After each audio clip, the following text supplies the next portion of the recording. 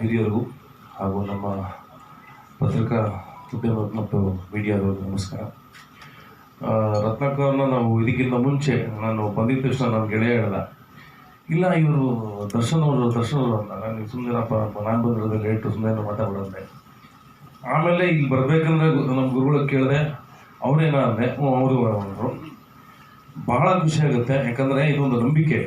ಅಂದರೆ ನಾವು ಆ್ಯಕ್ಟಿಂಗ್ ಕಲಿಬೇಕಾದ್ರೇ ನಮ್ಮ ಜೊತೆ ಒಬ್ಬರು ನಿರ್ಮಾಪಕರು ಇದು ಪಕ್ಕದಲ್ಲಿ ಇರ್ತಾರೆ ಅಂದರೆ ಆ ನಟನಿಗೆ ಬದುಕ್ತೀನಿ ಅನ್ನೋ ಒಂದು ನಂಬಿಕೆ. ಆ ನಂಬಿಕೆಯನ್ನು ನೀವು ಹುಟ್ಟಾಕಿದ್ದೀರ.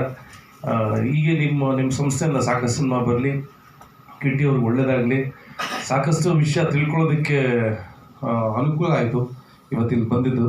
ಥ್ಯಾಂಕ್ ಯು ಸೋ ಮಚ್ ಗುರುಗಳೇ. ಇದೊಂದು ಪಾಡ್ಕಾಸ್ಟ್ ಮಾಡ್ಕೊಳ್ಳಿ, ನೀವೇ ಬೇರೆಯವ್ರಿಗೂ ರೈಟ್ಸ್ ಕೊಡ್ಬೇಡಿ ಪಾಡ್ಕಾಸ್ಟ್ಗೆ, ಯಾವ ಚಾನಲ್ಗೂ.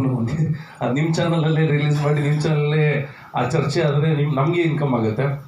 So thanks sir, Venkatesh sir. ಹಾಗೆ ನನಗೆ ಇಲ್ಲಿ ಬಂದಮೇಲೆ ಗೊತ್ತಾಯಿತು ನೀವೇ ಡಿಸ್ಟ್ರಿಬ್ಯೂಷನ್ ಮಾಡ್ತಿದ್ದೀರ ಅಂತ. Thank you so much. ಇದೆಲ್ಲ ಒಂದು ಏನಂದರೆ ಇಷ್ಟು ದಿವಸ ನಮಗೆ ಗೊತ್ತಿಲ್ಲ, ನಿರ್ಮಾಪಕರ ನಾವೇನಾದ್ರು ನಟನೆ ಬಿಟ್ಟು ನಾವು ಬೇರೆ ಎಲ್ಲೂ ಹೋಗ್ತಿರ್ಲಿಲ್ಲ.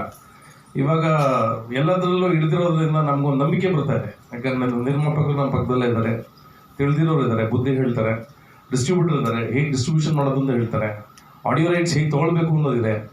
ಸೊ ನಿರ್ಮಾಪಕರಿಗೆ ಇಷ್ಟು ಗೊತ್ತಾದರೆ ಬೇಸಿಕ್ಕಾಗಿ ಸ್ವಲ್ಪ ಬದುಕೊಳ್ತಾರೆ. ಅವ್ರು ಸ್ವಲ್ಪ ಬದುಕೊಂಡ್ರೆ ನಟರು ಇನ್ನು ಸ್ವಲ್ಪ ಚೆನ್ನಾಗಿ ಮಾಡಿ, ನಿರ್ದೇಶಕರು ಇನ್ನು ಸ್ವಲ್ಪ ಒಳ್ಳೆ ಕತೆ ಮಾಡಿದ್ರೆ ಗ್ಯಾರಂಟಿ ಸಿನಿಮಾ ನೀವು ಹಾಕಿರೋ ದುಡ್ಡಂತೂ ವಾಪಸ್ ಬರುತ್ತೆ. ಯಾಕಂದರೆ ರೀಸೆಂಟಾಗಿ ನನ್ನ ಫೇಸ್ಬುಕ್ ಅಥವಾ ನನ್ನ ಇನ್ಸ್ಟಾಲಿ ನಾನು ಯಾವಾಗಲೂ ಹೇಳ್ತಾ ಇರ್ತೀನಿ, ಅಟ್ಲೀಸ್ಟ್ ಏನೇನು ನಿಮ್ಮ ದುರಭ್ಯಾಸಗಳಿದೆಯೋ ಅದರ ಒಂದು ದುರಭ್ಯಾಸ ಮಾಡ್ಕೊಳ್ಳಿ, ಕನ್ನಡ ಸಿನಿಮಾ ನೋಡೋದು. ಅಟ್ಲೀಸ್ಟ್ ವಾರಕ್ಕೆ 2 ಸಿನಿಮಾ ನೋಡಿ. ಈಗ ಹಿಂದೆಗಡೆ ನಾನು ಗೊತ್ತಿರೋಂಗೆ ಒಂದು 4 ರೋ ಅಲ್ವಾ 2 ರೋಲ್ ಕೇಳಿದ್ರೆ ಅವರೆಲ್ಲ ಪಾಪ ರಾಜ್ಕುಮಾರ್ ಸಿನಿಮಾನೇ ಲಾಸ್ಟ್ ನೋಡಿರ್ತಾರೆ, ಅದೇ ಹೇಳೋದವರು. ಸೊ ಇಲ್ಲ, ಹತ್ರದಲ್ಲಿ ನೀವು ಕೇಳಿದ್ರೆ ಇನ್ನೊಂದು 5 ವರ್ಷ ಅಂದರೆ ಮುಂಗಾರು ಅಂತಾರೆ.